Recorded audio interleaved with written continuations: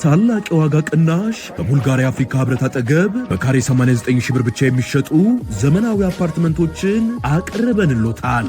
ሰዓቱ እየረፈደ ነው። የልዩ ቅናሽ የሚያገለግለው ለጥቂት ደንበኞች ብቻ ነው። ባለ 1 መኝታ 81 ካሬ በ5.7 ሚሊዮን ብር፣ ባለ 2 መኝታ 111 ካሬ በ7.8 ሚሊዮን ብር፣ ባለ 3 መኝታ 168 ካሬ በ11.8 ሚሊዮን ብር። በአጭር ጊዜ ውስጥ በርካታ ቅንጡ አፓርትመንቶችን ለደንበኞች በማስረከብ የምስጋና ምስክርነት ያገኘው ታማኙ ድርጅታችን ሰመር ሪል ስቴት አሁን ደግሞ ከ20 ካሬ ጀምሮ የንግድ ሱቅ አማራጮችንም አቅርቦሎታል። በተጨማሪም 50/50 የብድር የባንክ አማራጭ አቅርበንሎታል። ታዲያ ምን ይጠብቃሉ? አሁኑኑ በ0923 70 40 49 አሊያም በ0994 00 3949 ላይ በመደወል ፈጥነው ይመዝገቡ።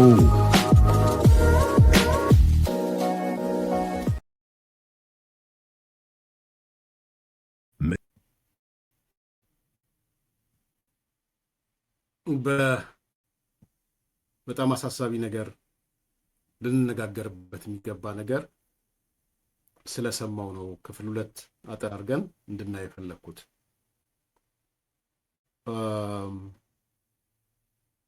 ዛሬ ሀብቱ ኪሮስ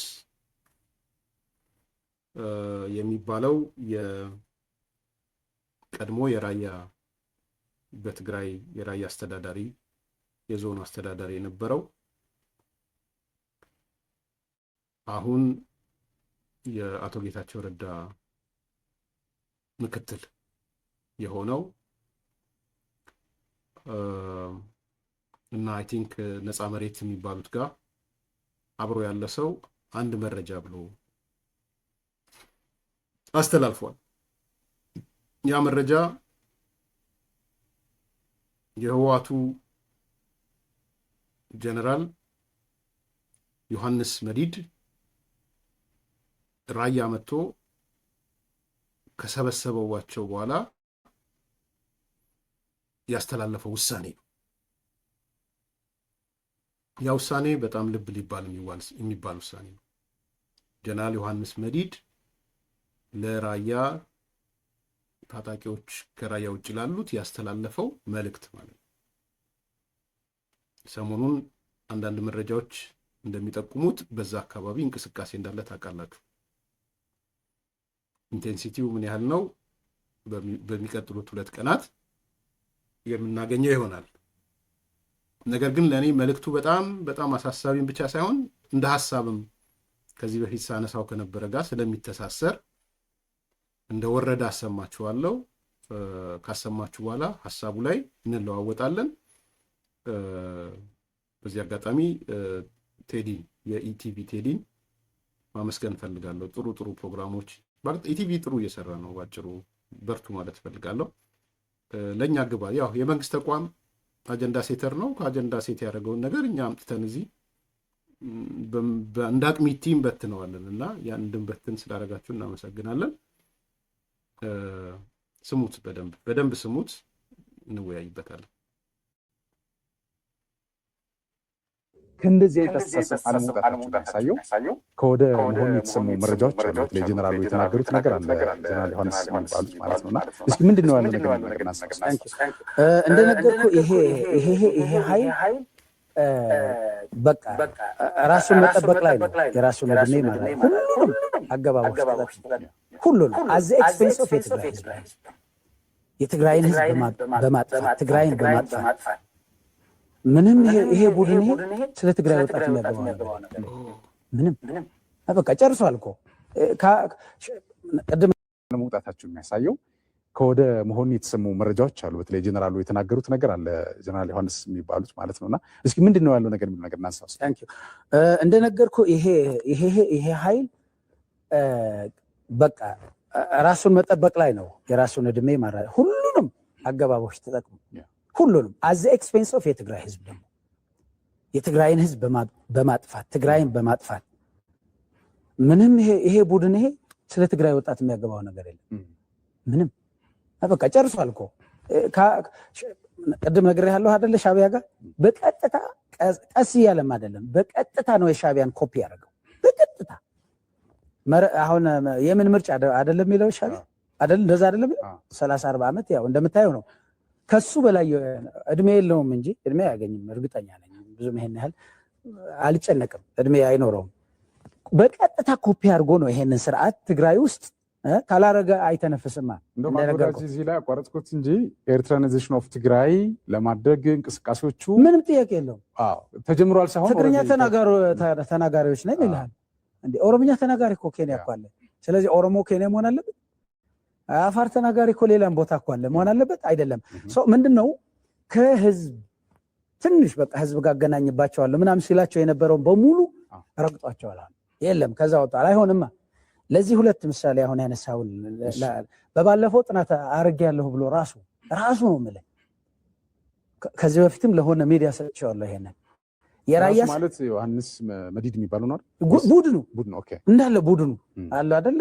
የነሱ ቡድን ማለት የራያ ህዝብ ከዚህም በፊት ስለተናገርኩት ምን ብሎ ነበር? 60% የራያ ህዝብ ይሄንን ኃይል ጠላት ብሎ ነው የሚፈርጀው። የራሱ ጥናት ቲፒኤልኤፍን ማለት ነው።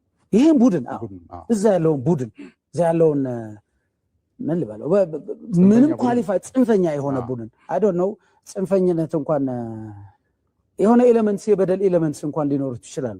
ጽንፈኛ ሳም የበደል ኤሌመንትስ ለምሳሌ ሃይማኖት ምናምን አለ በድሎኛል አልተስማሙ። ይሄ እኮ ኮዝ ሊኖር ይችላል። ኮዝ የሆነ ኤሌመንት አለ። በዛ መንገድ ነው የሚፈታው ወይስ በሌላ ጉዳይ ሆኖ? ይሄ ኮዝም እኮ የሌለው አድሃሪ የሆነ ኃይል እኮ ነው። ምን አለ የራያ ህዝብ 60% ጠላት ይለናል፣ 40% ደግሞ መሀል ሰፋሪ ነው ብሎ ነበር ብያለሁ ከዚህ በፊት። ትናንት ነሐሴ 1 መሆኔ ላይ ዮሐንስ ሰብስቦ ምን አላቸው መሰለ? የሰበሰባቸው የዘመቻ የሚባሉ አመራሮችና ሌሎች ወታደራዊ አመራሮች ናቸው። ዘመቻም ያሉበት ማለት ነው። መሆኔ ላይ ክሊር ነው ያስቀመጠው። ይሄ ማንም ሰው ሊያውቀው ይገባል። በተለይ የራያ ሰው በደንብ ሊያውቀው ይገባል ብዬ አስባለሁ። ምን አለ? አንደኛ አሁን የራያ ህዝብ እንዳለ ስለጠላን ከዚህ በፊት የሎጂስቲክስ አቅሙ የራያ ህዝብ ነው። የሎጂስቲክስ አቅሙ እኛም እዛ በነበርንበት ሰዓት አሁንም ቢሆን አስቦ የመጣው እሱ ነው። የራያ ህዝብ ነው የሎጂስቲክስ አቅሙ። አሁን ስለጠላን ሎጂስቲክስ ሊያቀርብልን በፍጹም አይችልም ብቻ ሳይሆን በአንጻሩ ነው ተነስቶ ያለው። የበረሃ ላይ ያሉት የሰላም ኃይል እንበላቸው የፌዴራል መንግስቱ እንበለው መሳሪያ ነው ሆኖ ያለው። አሁን የሱ ደጋፊ ነው። ስለዚህ ከዚህ በኋላ የራያ ህዝብ ምንም ሊሰጠን አይችልም። የሎጂስቲክስ አቅርቦት ሊሰጠን አይችልም። አሁን በኃይል ገፈፋው ራሱ የሰው ኃይል ከትግራይ የመጨረሻ ደረጃ የያዘው ራያ ነው፣ ደቡብ ትግራይ ነው። በቁጥር ሌላውም አካባቢ ቢሆን ገብቶ ይወጣል እንጂ ማንም ወጣት የሚገባለት የለም። በዛም ሁኔታ ላይ ሆኖም ግን በቁጥር ሲያስቀምጠው ምንድነው የገፈፈበትን መንገድ ሰራዊት እንትን የሚልበትን መንገድ የመጨረሻ ነው ያስቀመጠው። አንደኛ ጠላት የሚለው ለዛ ነው በቃ። ስለዚህ ይሄንን ትግል አልፈለገውም። ልጆቹን ሊሰጠን አልፈለገም፣ ተቃውሞናል። ሎጂስቲክስም ሊሰጠን አልፈለገም። ስለዚህ ጦርነቱን ስንጀምር በዚህ አካባቢ ትናንት ነሐሴ 1 መሆኔ ላይ ያለው ዮሐንስ ነው እየተናገርኩ ያለው። ዮሐንስ መዲድ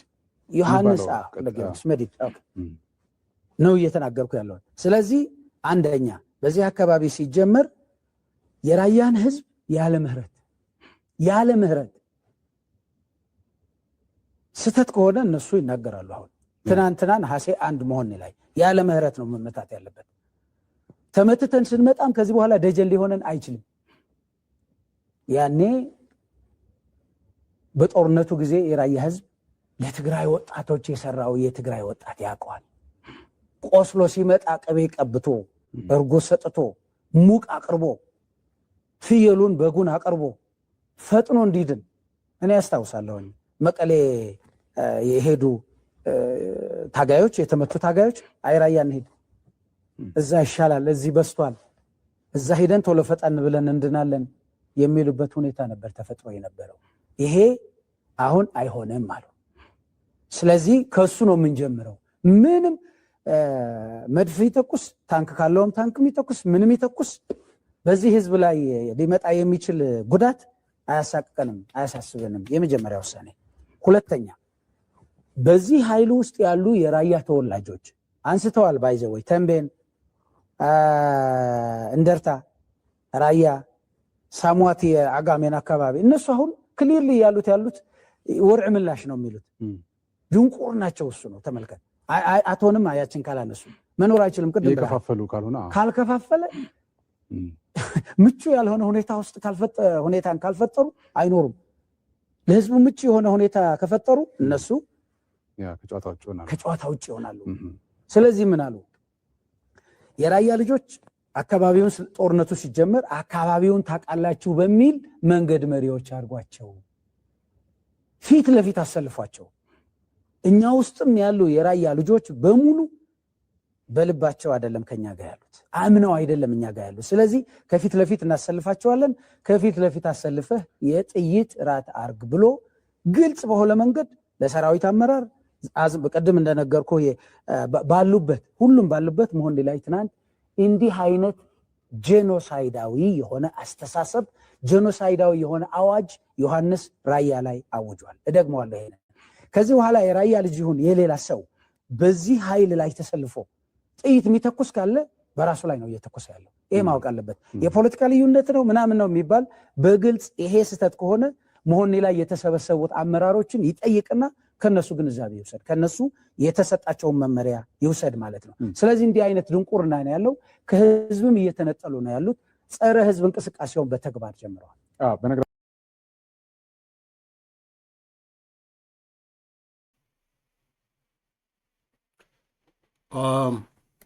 ዛሬ በቀጥታ የተላለፈ ፕሮግራም ነው። ይሄ ፕሮግራም የዛሬ ፕሮግራም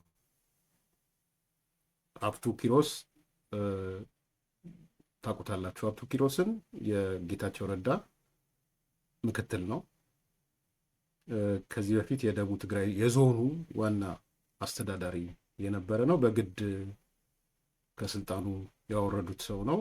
አሁን ነፃ መሬት መሰለኝ ያለው፣ ከዛም ይመላለሳል። የዛሬው መልእክት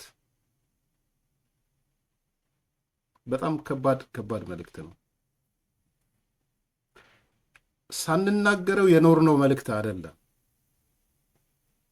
እደግምላችኋለሁ። የኔ ምንድን ነው ታዲያ ስትናገር የነበረው የሚለው ዮሐንስ መዲድ፣ ህወሓት፣ እነ ፈትለወርቅ፣ እነ ሞንጆሪኖ፣ እነ ደብረጽዮን መጀመሪያ ያደረጉት የአካባቢ ጥናት ነው የሰሩት። ይሄ የትግራይ ልሂቅ ሌላ ቦታ፣ ይሄ ጽንፈኛው በተለይ ሌላ ቦታ ከምታንቦጫርቅ እንዲህ አይነት ነገሮች ላይ መፍትሄ ብትፈልግ ነው የሚሻለው። ጽምዶ የት ያደርሰናል፣ የጽምዶ እንዴት ይታረቅ ምናምን እያልክ የሚዲያ ጋጋታ የምትሰራ ነገ ነጠላ ነጥፈህ ለቅሶ በለቅሶ ነው የምትሆነው። እውነቴን ነው። ለእናንተ ባልናገር እናንተን ደስ ይለን። አንዳንዴ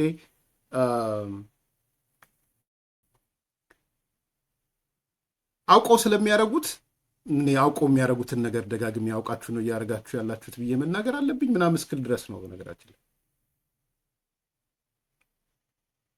ትግራይ ብሔርተኛ በተለይ ሌላ ቦታ የምትፈተፍተው ነገር አንተ ጋር እየመጣልህ ነው።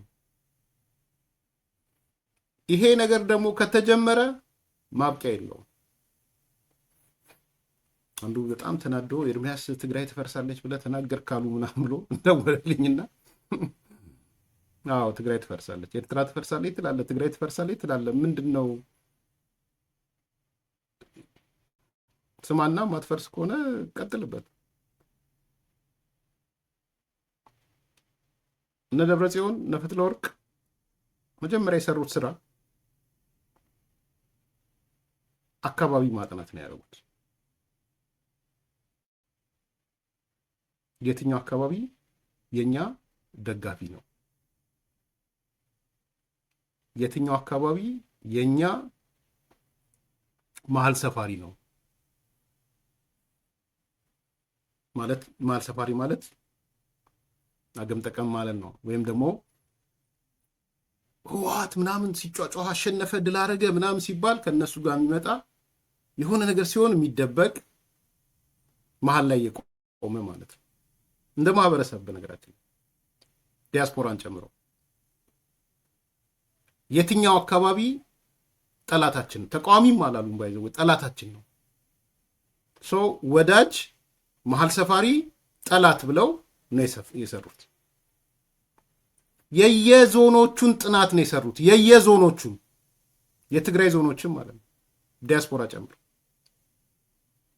ከዛ እንደ አካባቢ እከሌ እከሌ እከሌ የሚካባለው አካባቢ ጠንካራ ወዳጃችንና ማህበራዊ መሰረታችን ነው። በትግራይ ውስጥ እኮ ነው ያልኳችሁ። ስሩ ትግራይ እኮ ነው ያወራሉት። ይሄኛው ዞንና ይሄኛው ወረዳ መሀል ሰፋሪ ነው።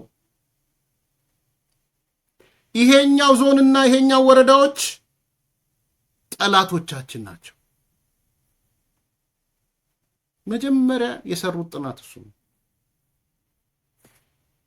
ትላንትና እንደዛ ብለን ብንናገር ኖሮ የሚደርስብን ዱላ አልነበረም። ከፋፈለን እነ ኤርሚያስ ከፋፈሉን ተብሎ ዛሬ በራሳቸው ልጆች ነው እየሰማችሁ ያላችሁ። ከዛ በኋላ ከወዳጆቻችን ከማህበራዊ መሰረቶቻችን ዞኖች፣ ወረዳዎች ምን እናድርግ፣ መሀል ሰፋሪውን ምን እናድርገው፣ ጠላቶቻቸውን ትግራይ ውስጥ እየኖረ እንደ ማህበረሰብ ጠላት የሆነ ማለት ነው ለነሱ፣ እሱን ደግሞ ምን እናድርገው የሚል ነው ያቀዱት። ዛሬ ሀብቱ ኪሮስ ከወር በፊትም ነግሮናል። አንዱ ያጠኑት ደቡብ ትግራይ ነው። ይሄ ራያ ምናምን የሚባል አካባቢ ነው ያጠኑት። በጥናቱ መሰረት 60% የሚሆነው የራያ ህዝብ ወይም በራያ የሚኖረው ህዝብ ጠላታችን ነው ብለው ዲፋይን አድርገውታል። 1 ሚሊዮን ቢኖር አላቅም ህዝቡ ስንት እንደሆነ የዞኑ ህዝብ 600,000 ጠላታቸው ነው። ግን ሊያስተዳድሩት ይፈልጋሉ ወይም እያስተዳደሩት ነው።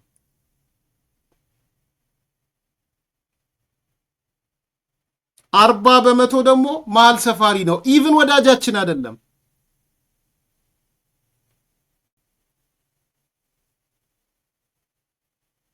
ስለዚህ የመጀመሪያ ግምገማቸው ማህበረሰባቸውን እዛው ውስጥ ያለው ማህበረሰባቸውን ጠላት፣ መሀል ሰፋሪ፣ ወዳጅ ብለው ለይተዋል። ከለዩት አንዱ ራያ ነው። ይሄ አንዱ ነው። ሁለተኛው አስደንጋጩ የትላንትና ስብሰባ ያለው ነው። ጀነራል ዮሐንስ መዲድ በራያ ግንባር መጥቶ የዘመቻ መምሪያ ኃላፊዎቹንና ወታደራዊ ኃላፊዎቹን ታጣቂዎቹን ማለት የሰጣቸው ትእዛዝ ነው። የራያ ህዝብ ስለጠላን ጠላታችን ስለሆነ ሎጂስቲክ አያቀርብልንም፣ ይህን ማወቅ አለባችሁ ያላቸው።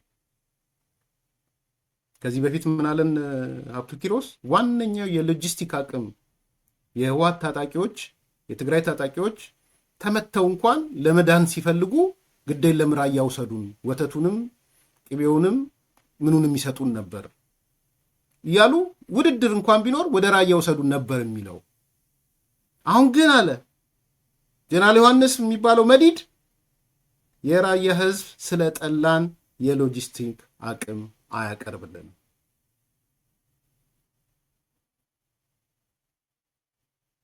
አንድ ሁለተኛ የራያ ህዝብ እኛን ሳይሆን የሚደግፈው ለኛ ጠላት ሆኖ ደጋፊነቱ በረሃ ላሉት ፒስ ፎርሶች ነው፣ ለሰላም ኃይሎቹ ነው ደጋፊነቱ። ሁለት እኛ ጋር በአፈሳ ጭምር በጀመርነው አስገዳጅ አዋጅ በቁጥር ትንሽ የተመለመለልን ራያ ነው። የጦርነቱንም አይደግፍም ማለት ነው።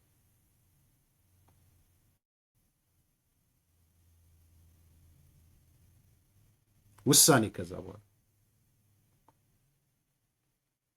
ጠላት ከሆነ አንደኛ የራያን ህዝብ ያለ ምህረት መመታት አለበት፣ መቀጥቀጥ አለበት። ሁለተኛ የራያ ሰው ሆኖ የተንቤን ሰው ሆኖ የአንድርታ ሰው ሆኖ በእኛ ታጣቂ ውስጥ ካለ ካሰለፍ ነው ጥይት አብራጅ የሚሆነው እሱ ነው። ራያ ለጥይት አብራጅነት ተመርጧል። ተንቤን ለጥይት አብራጅነት ተመርጧል። አንድርታ ለጥይት አብራጅነት ካኖን ፎልደር የሚባለው ማለት መንገድ መሪ ነው። ከፊት ለፊት ይሰለፋል። ፈንጂ ረጋጭ ነው ማለት ነው። የጥይት ራት ይሆናል ማለት ነው።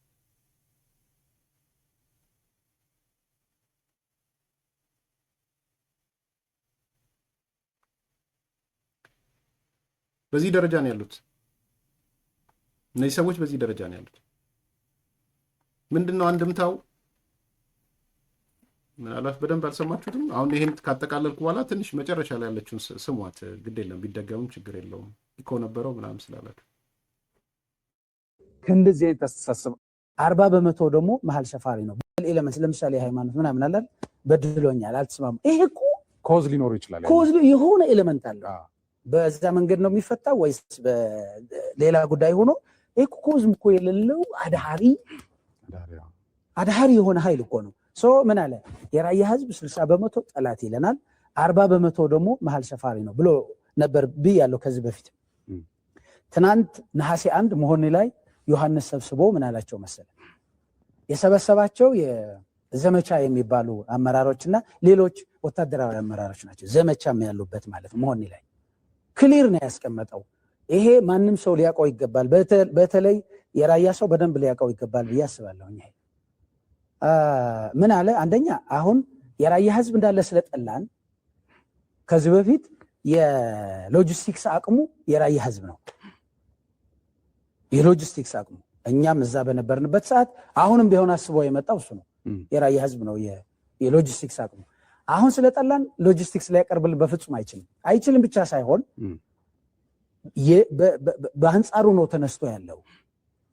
የበረሃ ላይ ያሉት የሰላም ኃይል እንበላቸው የፌዴራል መንግስቱ እንበለው መሳሪያ ነው ሆኖ ያለው። አሁን የእሱ ደጋፊ ነው። ስለዚህ ከዚህ በኋላ የራያ ህዝብ ምንም ሊሰጠን አይችልም። የሎጂስቲክስ አቅርቦት ሊሰጠን አይችልም።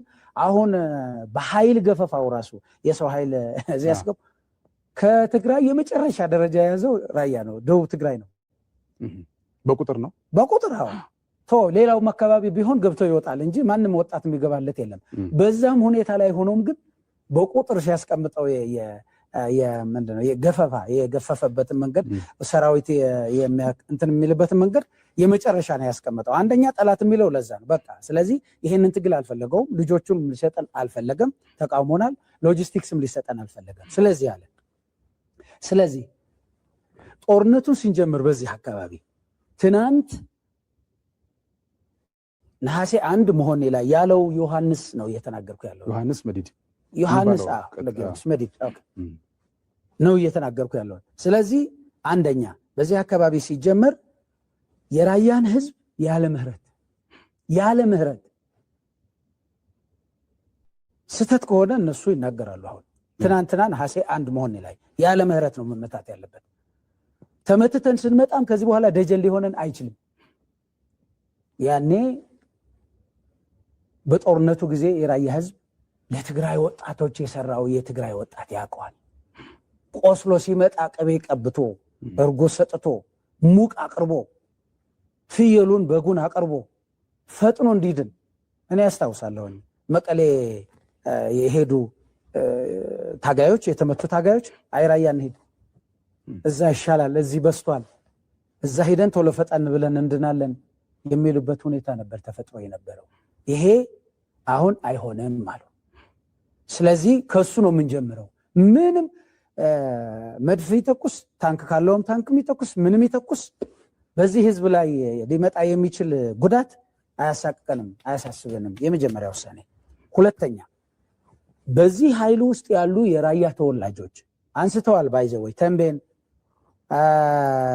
እንደርታ፣ ራያ፣ ሳሙዋት፣ የአጋሜን አካባቢ እነሱ አሁን ክሊርሊ ያሉት ወርዕ ምላሽ ነው የሚሉት። ድንቁር ናቸው። እሱ ነው ተመልከት። አቶንም አያችን ካላነሱ መኖር አይችልም። ቅድም የከፋፈሉ ካልሆነ ካልከፋፈለ ምቹ ያልሆነ ሁኔታ ውስጥ ሁኔታን ካልፈጠሩ አይኖሩም። ለህዝቡ ምቹ የሆነ ሁኔታ ከፈጠሩ እነሱ ከጨዋታ ውጭ ይሆናሉ። ስለዚህ ምን አሉ?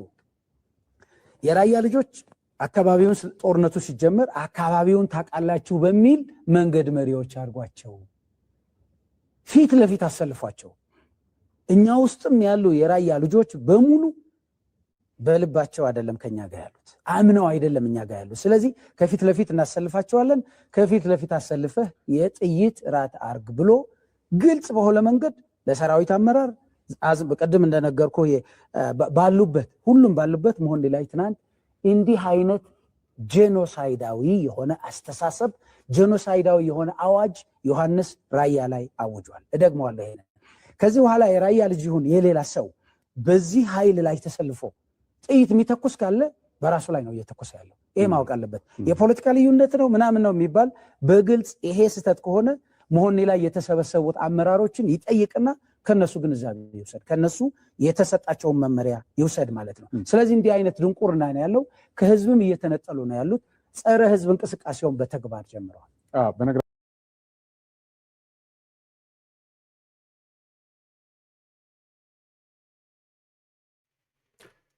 ልብ ያለው ልብ እንዲል ነው። እባካችሁ ይሄንን ፕሮግራም ራሱ ቆርጣችሁ ከኢቲቪም ሙሉን ስሙት።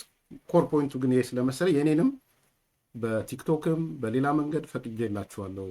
ይሄን ፓርት ይሄን ክፍል 2 ፓርቱን ቆርጣችሁ አስተላልፉት ወይም ተወያዩበት። ላይክ፣ ሼር፣ ሰብስክራይብ በጣም በጣም አንሷል እየተባለ ነው። ከ1557 በላይ ሰው ነው ያለውና ዛሬ ምን ሆናችሁ ነው እየተባለ ነው፣ ጥያቄ እየተነሳ ነውና ላይክ ማድረግ እና ሼር ማድረግ ከባድ አይደለም። በአስቸኳይ ላይክ ሼር አድርጉ፣ በትዕዛዝ ብርታታችንንም ጨምሩት። ላይክ አድርጉ፣ ሰብስክራይብ አድርጉ፣ ሼር አድርጉ። ሰብስክራይብ ያው ያደረጋችሁ ደግሞ ሼር እና ላይክ አድርጉ እና ሰፋ እናድርገው፣ በዛ እንበል።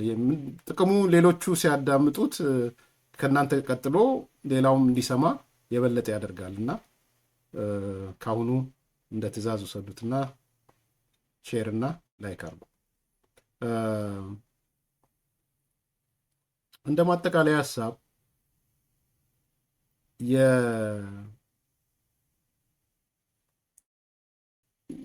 የዚህ ሰው አስተያየት እኔ አዲስ ስለሆነብኝ አይደለም። አቶ ሀብቱ ኪሮስ ያነሳውን ነገር ስለማላውቀው ሳይሆን አዲስ ኮምፓሶች የተነጋገርንበት ነው። በደንብ ተነጋግረንበታል። እዚህ ብቻ ሳይሆን አስታውሳለሁ አንድ አፍታ ሚዲያ ላይ ከዘሩባቤል ጋር ተነስተን እያወራኝ አንድ ጥያቄ ጠየቀኝ። ቪዲዮንም ጭኘዋለሁ መሰለኝ። ምን ይመስልሃል የነ ፈትለወርቅ ወይም ቲዲኤፍ የሚባለው ኃይል ቲፒኤፍን ሄዶ የሚመታ ይመስልሃል ወይ ብሎ ጠየቀኝ።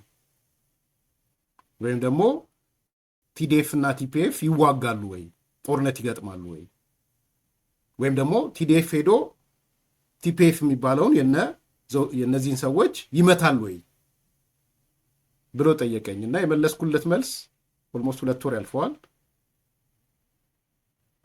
እነ ፈትለወርቅ፣ እነ ደብረጽዮን፣ እነ ዮሐንስ መዲድ ቲፒኤፍን ለመምታት ፍላጎት የላቸው። እኔ ባለኝ መረጃ አይፈልጉም። ከነዚህ ሰዎች ጋር ጦርነት መቅጠም አይፈልጉም።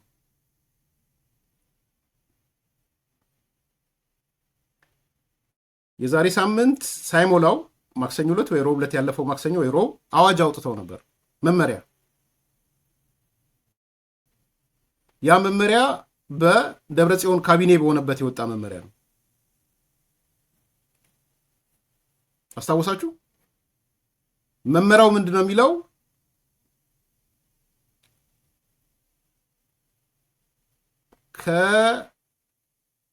የካቲት ነው መጋቢት ምናምን 2017 ጀምሮ ያ ማለት የኮር አባሎቹ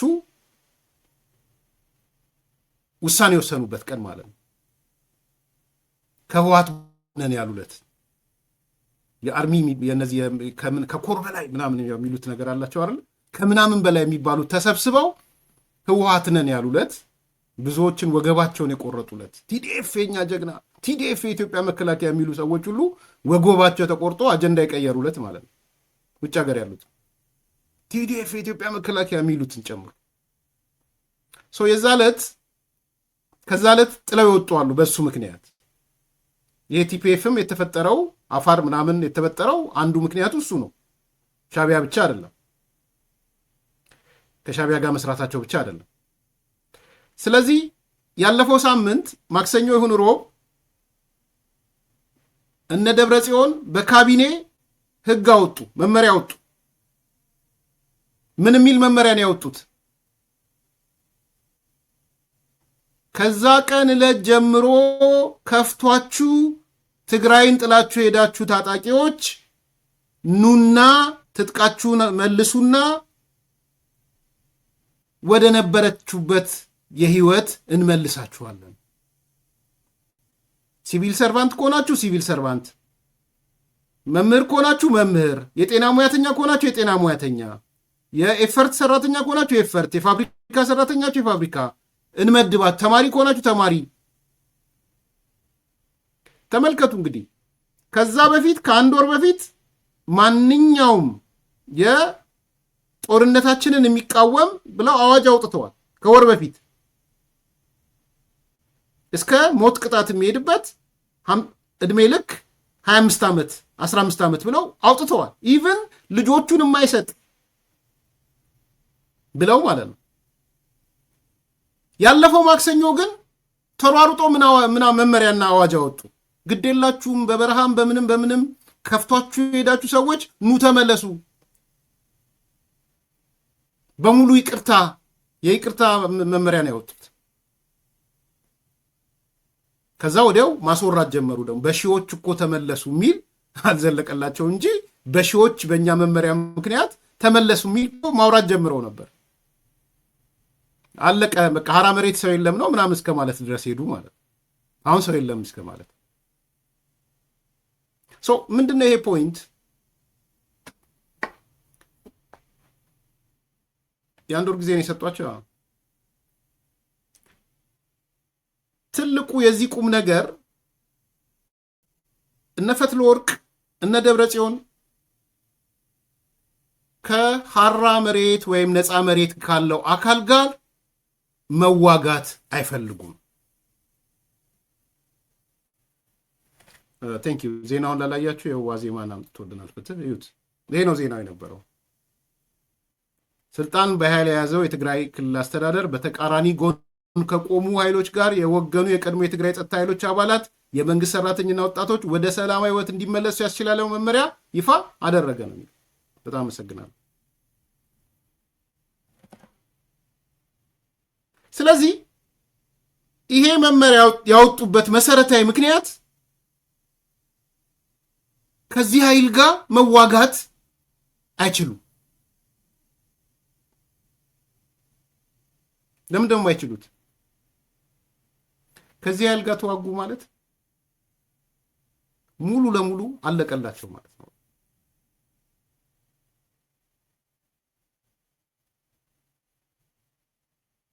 ሙሉ ለሙሉ የሚያልቅላቸው ስለመቷቸው ብቻ አይደለም፣ በፕሮሰስ ነው። ባይዘዌ በሂደት ነው። ማህበረሰባዊ ቅራኔ ጫፍ ይደርሳል። ባጭሩ ምን እያልኩ ነው? እነዚህን ልጆች እንምታ፣ ሀራ መሬት ያሉትን እንምታ ካሉ የሆነው ዞን የነደብረጽዮን ደጋፊ ብለው ዲፋይን ያደረጉት ዞን የበላይነት ይዛል። በማና በአንደኛው በራያ ዞን ላይ ማለት በምዕራብ ትግራይ ደቡብ ትግራይ ባሉት እነሱ ደቡብ ትግራይ ባሉት ማለት ነው። ይሄ ግልጽ ነው እንዲነገር። ኢቭን የህወሓት ውስጥ የሌሉ ሰዎች እንኳን እንዲነገር እንዲወጣ የማይፈልጉት ነገር ባይዘው ይሄ ነው። ይሄን ስትሉ ሁሉም ብዙዎቹ ቅር ይላቸዋል። የህወሓትን የሚቃወሙት ራሱ እኔ ይሄን ስናገር ቅር የሚላቸው ማለት ናቸው። ዛሬ እስቲ ቅር ይበላችሁ። ሀብቱ ኪሮስ እየተናገረ ነው። እስቲ ቅር ይበላችሁ።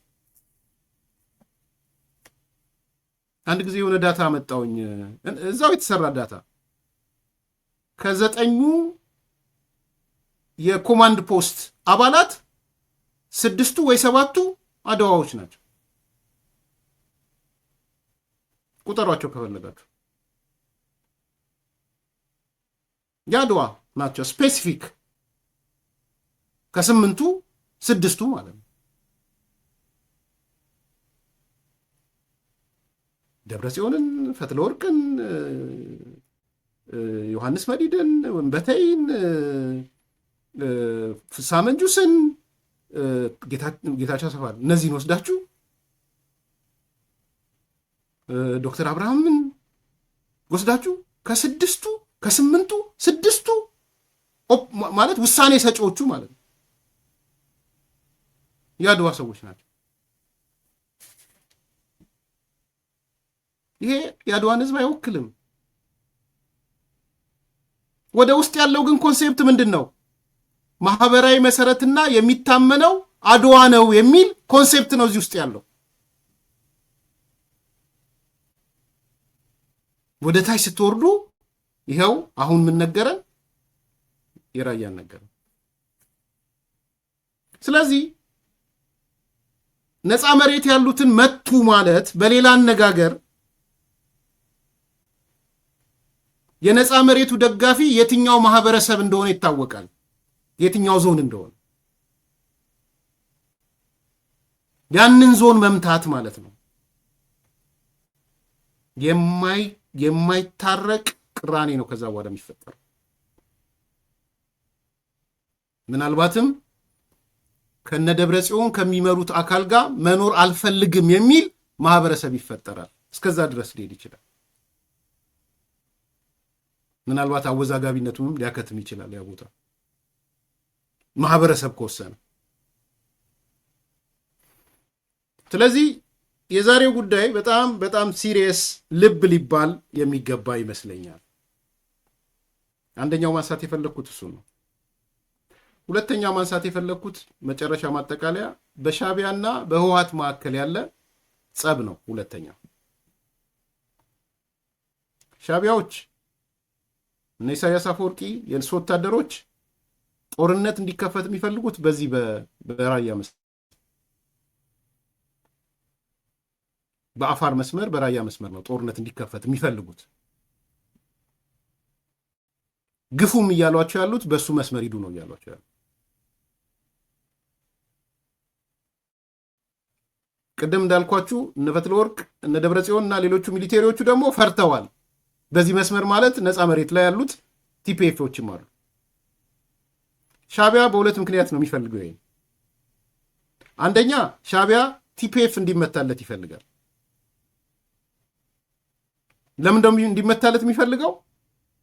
ቲፒኤፍ ተመታለት ማለት ማህበረሰባዊ ቅራኔ ትግራይ ውስጥ ይወለዳል። ሻዕቢያ ግቡን መታ ማለት ነው። በትግራይ ህብረተሰብ ውስጥ ቅራኔ የማይታረቅና ቅራኔ ከተወለደ የሻዕቢያ ግብ እሱ ሳይገባበት ተሳካ ማለት ነው። ሻዕቢያ እንቅልፉን የማይተኛው የትግራይ ህዝብ የማይታረቅ ቅራኔ ውስጥ ገብቶ እርስ በራስ እልቂት ውስጥ ከገባ ነው። ያውቃሉ፣ ሁሉም ያውቃሉ። ስለዚህ እነ ጉልበት ኖሯቸው እነ ፈትለወርቅ እነ መዲድ ሄደው በእርግጥም ቲፒኤፍን ቢመቱ ቲፒኤፍ ተመታ ማለት ራያ ህዝብ ተመታ ማለት ስለሆነ ቅድም የተጠቀሱት ቦታዎች ተመቱ ስለሆነ በህብረተሰብ መካከል የማይታረቅ ቅራኔ ይፈጠራል። ትግራይ ትታመሳለች ወይም ትፈርሳለች። ያኔ ለሻዕቢያ ትልቅ ድል ይሆናል ማለት ነው። አንዱ ምክንያት እሱ ነው። ሁለተኛው ምክንያት ወደ አፋር ሄደ ማለት በተቻለ መጠን የዚህ የቀይ ባህር አጀንዳ ምናምን አጀንዳ ይቀርለታል ማለት ነው። በተወሰነ መልኩ ብሎክ ያደርጉለታል እና ምናልባትም በለስ ከቀናቸው የመንገድ ሁሉ እስከ መቁረጥ ዋነኛ የኢትዮጵያ መንገድ እስከ መቁረጥ ይሄዳሉ ማለት ነው። ይሄ ምን ደግሞ ይፈጥራል? በኢትዮጵያ ውስጥ ትርምስም ይፈጥርለታል። ስለዚህ ኢንሲስት እያደረገ ያለው ከጀመራችሁ በራያ በኩል ጀምሩ የሚላቸው ለዛ ነው። እነሱ በሌላ ቦታ ሞክረው የነበረው የሸረሪና ጉዳይ የምታስታውሱ ስለሆነ ማለት ነው። ስለዚህ እኔ እንትኑን ኬሚስትሪውን ወይም እንትኑን ልንገራችሁ ብዬ ነው ዛሬ ይህን በተደጋጋሚ ስናገረው የነበረውን ነገር ይዞት ስለመጣ ሀብቱ ምንድን ነው ሪሊ ባዶ ነው ወይ የምናወራው የነበረው የሚለውን እንድታስታውሱ ይኸው ከራሳቸው ከአንደበታቸው የሰማችሁት ይሄ ነው። ከዛ በተረፈ አልቲሜት ጎላቸው አሁን ኢትዮጵያዊነትን ትተው ወደ 1968ቱ ማኒፌስቶ እየሄዱ ነው የሚለውን ደግሞ በሁለተኛ ደረጃ ስናነሳላችሁ ነበር። እነዚህ ሰዎች አቧራ የቃመውን ማኒፌስቶ አንስተውታል። አገረ ትግራይ የሚለውን ማኒፌስቶ አንስተውታል የሚል ነበር ስንል የነበረው። አገረ ትግራይ የሚለው ማኒፌስቶም እንዳነሱት አሁን ሀብቱ ይነግረናል። ማጠቃለያ ይሆናል ማለት ነው። እናንተ ደግሞ ላይክ ሳታደርጉ እንዳትጨርሱ ቢያንስ 1000 ላይክ አርጉ ተብላችኋልም ትእዛዝ ተላልፏል። 1000 ላይክ አርጉ። እሱ እንዴት አገረ ትግራይን መመስረት እንዳሰቡ የ1968 ማኒፌስቶ አውጥተው ወደ ተግባር እየመጡ እንደሆነ የሚነግረንን ደግሞ እንስማው። ምን እያሰበ መሰለህ? እውነቱን ለመናገር ይሄ ኃይል ራሱን ኢትዮጵያዊ አድርጎ ማሰብ ካቆመ ቆይቷል። ይሄ የከሰመ ኃይል በሐሳብ የተሸነፈና ያለችውን ቁመና በጠበንጃ ብቻ ለማቆም እየተጣጣረ ያለው ኃይል ራሱን ነፃ አድርጎ ነው የወጣው። ሲጀመርም የመጀመሪያዎቹ የ6 ወር ማኒፌስቶ መጀመሪያ 17 ላይ ይህ ኃይል ሲቋቋም የትግራይ ነፃ አውጭ ነበር ማኒፌስቶ። የ6 ወር ማኒፌስቶ ባይዘወይ ትግራይ ነፃ ማውጣት ነበር የምትለው። ከዛ በኋላ ነው እየቀየረ ባለፈውም በዚህ ጉዳይ ላይ ያነሳን ይመስለኛል እየቀየረ ማዕርነታዊ ሓድነት ማለት በእኩልነት ላይ የተመሰረተ ኢትዮጵያዊነት አንድነት የሚል ከዛ በኋላ ነው የመጣው እንጂ የመጀመሪያ ማኒፌስቶ የ6 ወር ማኒፌስቶ እነሱ እንደሚሉት የ6 ወር ማኒፌስቶ ትግራይ ነፃ ማውጣት ነው የሚለው። ያ ነገር ሁኔታው አስገድዷቸው እኩልነት ላይ የተመሰረተ አንድነት ቢሉም ግን ቀደም ነግሬሃለሁ አላወለቁትም። ያን ሐሳብ በደንብ አላወለቁትም። ስለዚህ ካርድ ነው ማለት ነው ይነሳና ኢትዮጵያዊነትን አማራጭ አርጎ የተነሳ አስተሳሰብ ነው። መልካም እኮ በደንብ ገብቷቸውም እኮ ቢሆን ጥሩ ነው። በተለይ አሁን ያሉት በደንብ ተንትነው ገብቷቸው ምን ማለት ነው ዓለማዊ ሁኔታውን አህጉራዊ ምን ማለት ነው ብሎ ገብቶትም ቢሆን ኢትስ ኦኬ። ያ ሐሳብ ግን ስላላወለቁት እስካሁን ድረስ ስላልወለቀ እየቀጠለ ነው ያለው። ሰው አሁን ያላቸው ሐሳብ ምንድነው? ኢትዮጵያዊ አይደለም አሁን አስተሳሰቡ። ሰው ምንድነው ዲፋክቶ ይሆናል። አሁን በኋላም ልናነሳው እንችላለን። አሁን ጽምዶ ፈጥር ያለው ከሚላቸው ኃይሎች ከነሱ ነው እውቅና ሊያገኝ የሚያስበው። አሁን ትግራይ ነፃ ትወጣና የመጀመሪያ እውቅና የምትሰጠው ወይ ሱዳን ወይ ግብፅ ወይ ኤርትራ ነች። ገብቶሃል እንዴት እየሆነ እንደሆነ ማለት ነው። ስለዚህ ከቦኛል የሚል እሳቤ የሚል መዝሙር ኢትዮጵያዊ አይደለሁም ነው የሚለው። ቅድም ነግሬያለሁ። ኢትዮጵያዊ አይደለሁም ከሚል ነው የሚነሳው። እኔ ግን ኢትዮጵያዊ ነኝ። የትግራይ ህዝብ ኢትዮጵያዊ ነው። ክሊር ኢትዮጵያዊ ነው። ለኢትዮጵያዊነት ብዙ ዋጋ የከፈለ ህዝብ ነው ይሄ ህዝብ። የዚህ ቡድን ምናልባትም እነዚህ ሰዎች ግማሽ አካላቸው ኤርትራ ሊሆን እንደሚችል አስባለሁ። ያንን አስባለሁ። አልቃወምም። ፎር ዛት ማተር የሆነ ሰው ኤርትራዊ ስለሆነ አልቃወምም። በፍጹም ሊሆንም አይችልም። ኢትዮጵያዊ ነህ ሲለኝ ነው የምቃወመው እኔ።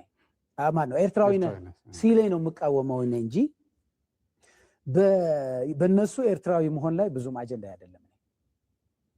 ምን እያልኩ እንደሆነ የትግራይ ህዝብ ይረዳኛል ብዬ አስባለሁ። ማንም ሰው ይረዳኛል። የእነሱን ኤርትራዊነት አልቃወምም። የኔን ኢትዮጵያዊነት መንፈግ ግን አይችሉም፣ አለመስጠት አይችሉም። ስለዚህ ተራ ከበባ አይደለም፣ ተራ ኢንፎርሜሽን አይደለም እያወራህ ያለው። እኔ ኢትዮጵያዊ አይደለሁም፣ ለቅቅ ያለው የፌዴሬሽኑ አባል አይተሃል። 60 ምናምን ቢሊየን ብር በጀት አጽድቅ ያለሁ እኮ ብለዋል እኮ በባለፈው። ሾኪንግ። አሁን ይሄ ከማን ነው? ረሚተንስ ነው? ግብፅ ነው የምትሰጠው? ከሱዳን ነው የምታመጣው? ከኤርትራ ነው የምታመጣው? ወርቅ ሽጣ ነው የምታመጣው? 60 ቢሊየን ለትግራይ ህዝብ ብዙ አይደለም። እውነቱን ልንገርህ ካልከኝ ማለት ብዙ አይደለም። ሌባው ነው ብዙ። ከ60 ቢሊየን በላይ ያላትን ሀብት ብቻ በስርዓት ማስተናገድ ቢቻል፣ ጠንካራ ስርዓት ቢኖር 60 ቢሊየን አይደለም። ለነሱ ሰርፕራይዝ ነው እገሌ ይሰጠኛል ምናምን ብሎ ያስበው። በውስጥ አቅም ደግሞ የተመሰረተም ሊሆን አይችልም። እያየኸው ነዋ። ስራ እየሰራ አይደለም። ጦርነት ውስጥ ሆነ ምንድነው ግብር ልትሰበስብ አትችልም፣ ስራ ልትሰራ አትችልም፣ ፕሮዳክቲቭ ልትሆን አትችልም። ሌላ ጉዳይ ነው። ይሄ ከየት አምጥቼዋለሁ ነው እያለ ያለው ያው አለው ማለት ነው። ስለዚህ መከበቡ ተራ አይደለም ነው እያልኩ። ተራ አባባል አይደለም። እኔ ኢትዮጵያዊ አይደለሁም ተነጥያለሁ ነው የሚለው። ስለዚህ በጣም ሲሪየስ መሆን አለበት። ቀድም የነገርኩም ይሄ ውጊያ በራሱ ጀምሮ የሚፈጽመው ውጊያ የለም ያልኩም ለዛ ነው። አንደኛ ህዝብ የለውም እኮ ምንም ህዝብ የለም። አሁን ከሱ ጋር የሚንቀሳቀስ ህዝብ የለም። ሰው ምንድነው እያለ ያለው? ትሰጠኛለህ ነው የሚለው። ለምሳሌ ሰሞኑን ከኤርትራ ጋር አንድ ላይ ተሰባስበው ነበር፣ ከሻቢያ ጋር ከሌሎችም ጋር እንዲሰጠው ጠይቋል። የተሰጠውም አለ፣ የተሰጠው ብረት ምናምን አለ፣ እንደዚህ አይነት ኮንቴነር ምናምን የተሰጠው አለ። ከዚህ በላይ ሲፈልግ ግን መጀመሪያ ጀምረውና ነው የሚለው። አሁን ሻቢያ ምንድነው እያደረገ ያለው? ዛላንበሳ አካባቢና ሌሎች አካባቢዎች እያከማቸ ነው ያለው። አሁን ኃይል ምን ማለት መሰለ፣ ይሄ ኃይል የተወሰነ ግጭት ፈጥሮ የተወሰነ ድል መሳይ ነገር አገኘ ብሎ ሲያስብ በቀጥታ ይገባል ማለት ነው ወደ ትግራይ። ያ ሳይሆን ሲቀር ድል መሳይ ነገር አላገኘም ብሎ ሲቀር ከቦታው ወደኋላ ይመለሳል ማለት ነው። ስለዚህ መጀመሪያ ሂድና ነው እያለ ያለው። የሱ ጦርነት አይደለም። አሁን ትግራይ ውስጥ ይሄ ቡድን ጀምሮ የሚጨርሰው አንድም ነገር የለም። አስቦ ፕላን አድርጎ በራሱ ጊዜ የሚሄደውም የለም። ለዛ ነው አሁን የስሌት ችግር አለበት ብዬ እኔም ተደጋጋሚ ያነሳለሁኝ። እንደ ማጠቃለያ ብትወስዱት ብዬ ነው። በጣም ጥሩ ሀሳብ ነው። ይህ ሀሳብ ያው እኛ ስናነሳው የነበረ እዚህም እየጻፋችሁት ስለሆነ ቴንኪዩ። ላይክም ሼር ያላችሁም ብዙ ነው እየጨመራችሁ መሄዱን አይቻለሁ። በጣም አመሰግናለሁ። ላይክ አድርጉ፣ አሁንም ሼር አድርጉ።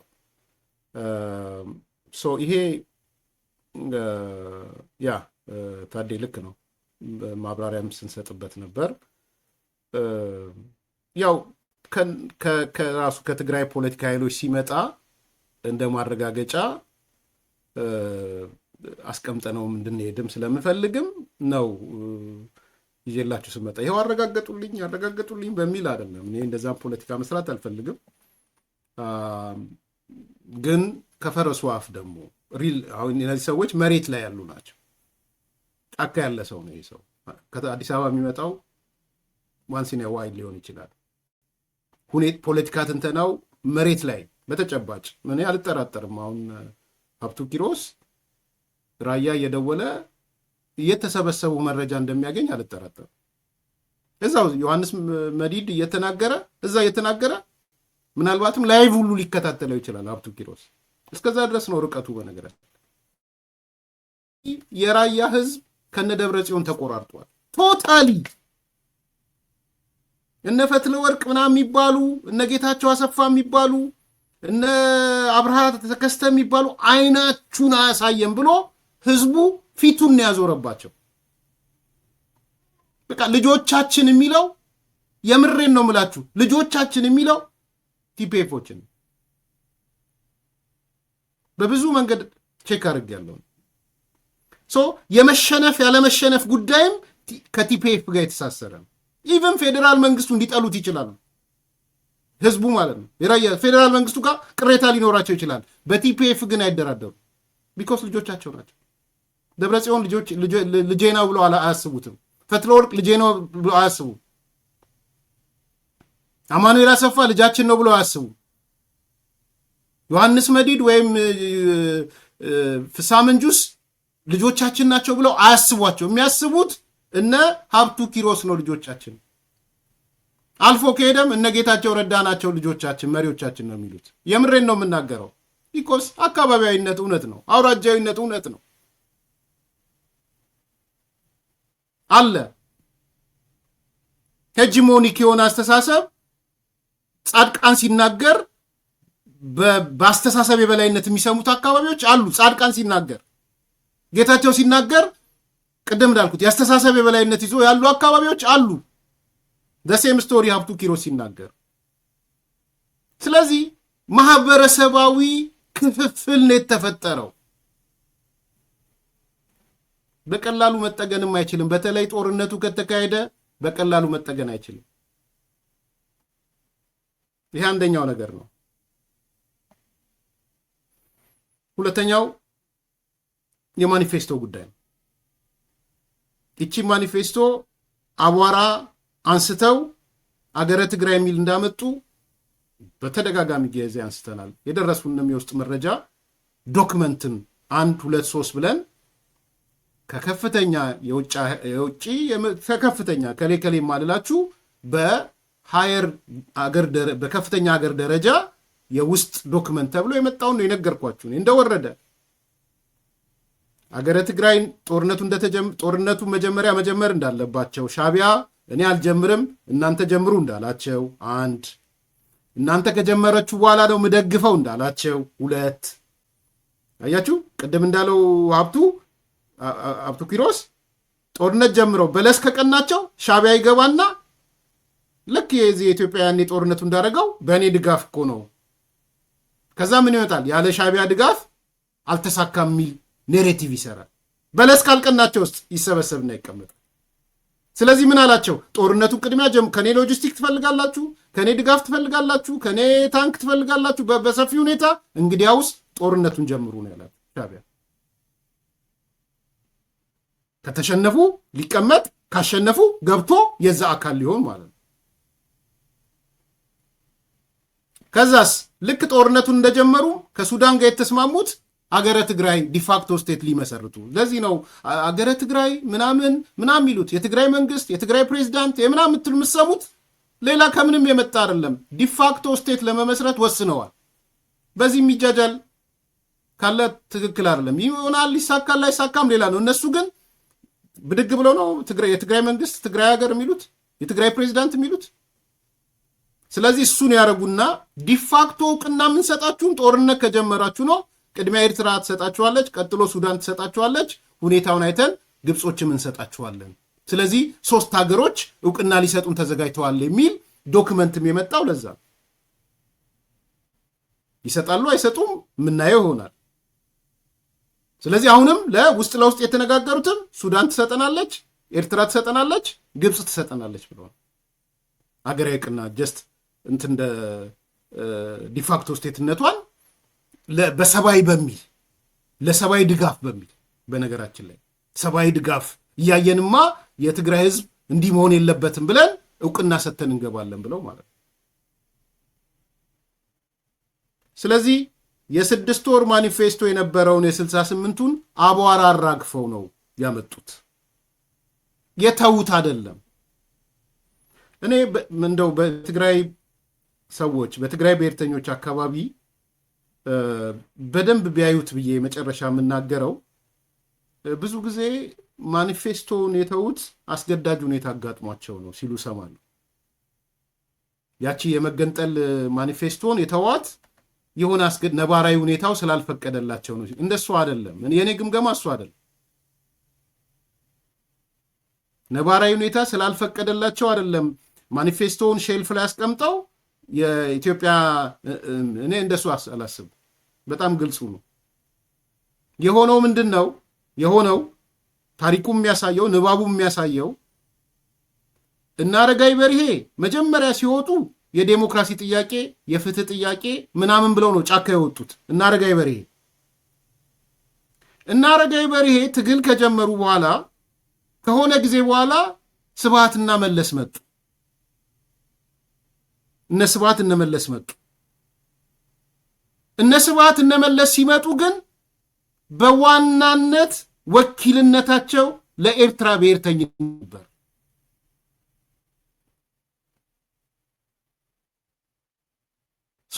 የኤርትራ ብሔርተኝነት ማለት ኤርትራ መገንጠል አለባት የሚል አቋም ይዘው ነው በረሃ የገቡት።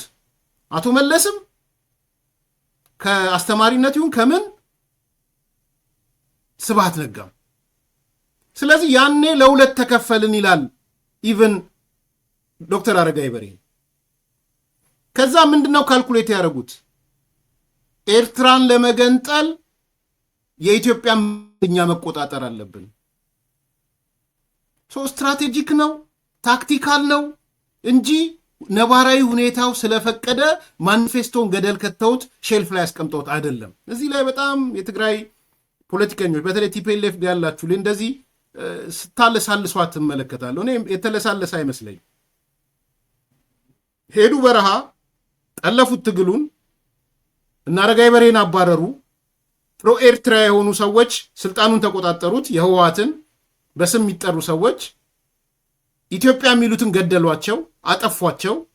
በስም የሚታወቁ ማለት እኛ ፍትህ ነው ትግላችን፣ ሰላም ነው የዴሞክራሲ ጥያቄ የፍትህ ጥያቄ ነው እንጂ የኢትዮጵያ መገንጠል ጥያቄ የለንም ያሉትን አጠፏቸው። ከዛ በኋላ ስብሃት ተቆጣጠረው፣ መለስን አመጣ። ፕሮ ኤርትራ የሆኑት በሙሉ ሊደርሺፑን ኮንትሮል አደረጉ። እኔ እንደዛ ነው የማውቀው። ሌሰኑ ይሄ ነው። ከዛ ግን ኤርትራ አገር ለመሆን የግድ እነመለስ ኢትዮጵያ መጥተው አዲስ አበባ መንግስት መሆን አለባቸው።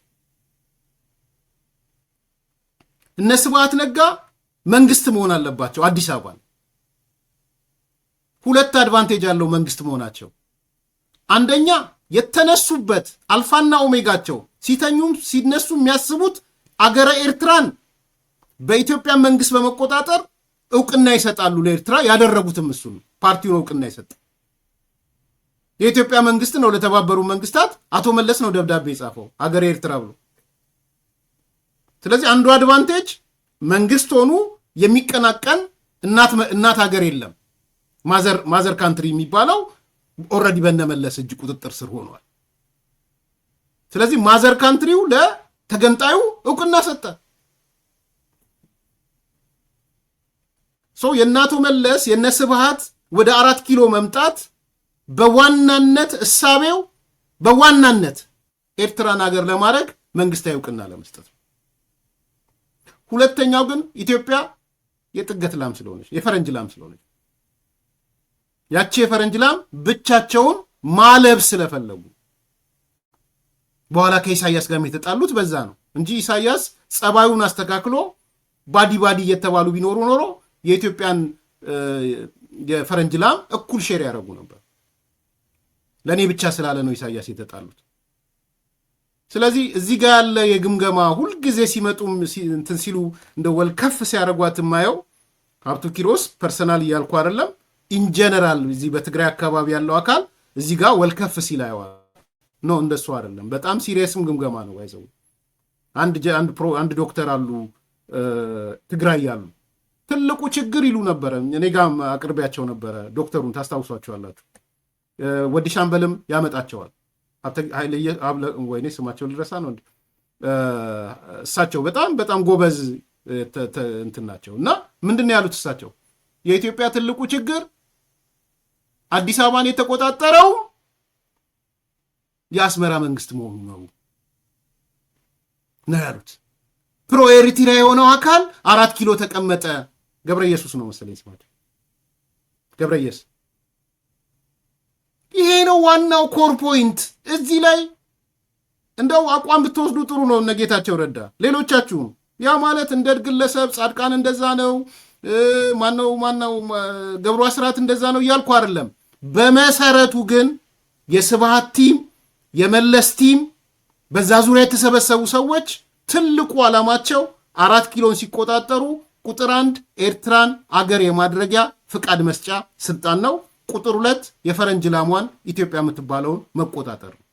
ይሄ የታሰበበት የታቀደበት ስራ ነው እንጂ በለሆሳስና በሁኔታዎች አጋጣሚ በሁኔታዎች አስገዳጅነት የመጣ አይደለም። እዚህ ላይ ጠንካራ አቋም ብትወስዱ ታሪክም ቢሆን ስለሚረዳ ይጠቅማችኋል ብዬ ነው የማስበው። ላይክ አድርጉ፣ ሰብስክራይብ አድርጉ፣ ሼር አድርጉ። እንግዲህ ላይክ ማድረግ በጣም ጥሩ ነው። ሼር ማድረግም ጥሩ ነው። እንግዲህ ደጋግመ በል ተብያለሁ። አሁንም ስትወጡ ላይክ እያደርጋችሁና ሼር እያደርጋችሁ ውጡ። መልካም ቀን። መቼም የማይደገም ታላቅ የዋጋ ቅናሽ በቡልጋሪያ አፍሪካ ህብረት አጠገብ በካሬ 89 ሺህ ብር ብቻ የሚሸጡ ዘመናዊ አፓርትመንቶችን አቅርበንሎታል። ሰዓቱ እየረፈደ ነው። የልዩ ቅናሽ የሚያገለግለው ለጥቂት ደንበኞች ብቻ ነው። ባለ 1 መኝታ 81 ካሬ በ5.7 ሚሊዮን ብር፣ ባለ 2 መኝታ 111 ካሬ በ7.8 ሚሊዮን ብር፣ ባለ 3 መኝታ 168 ካሬ በ11.8 ሚሊዮን ብር። በአጭር ጊዜ ውስጥ በርካታ ቅንጡ አፓርትመንቶችን ለደንበኞች በማስረከብ የምስጋና ምስክርነት ያገኘው ታማኙ ድርጅታችን ሰመር ሪል ስቴት አሁን ደግሞ ከ20 ካሬ ጀምሮ የንግድ ሱቅ አማራጮችንም አቅርቦሎታል። በተጨማሪም 50/50 የብድር የባንክ አማራጭ አቅርበንሎታል። ታዲያ ምን ይጠብቃሉ? አሁኑኑ በ0923 70 40 49 አሊያም በ0994 00 3949 ላይ በመደወል ፈጥነው ይመዝገቡ።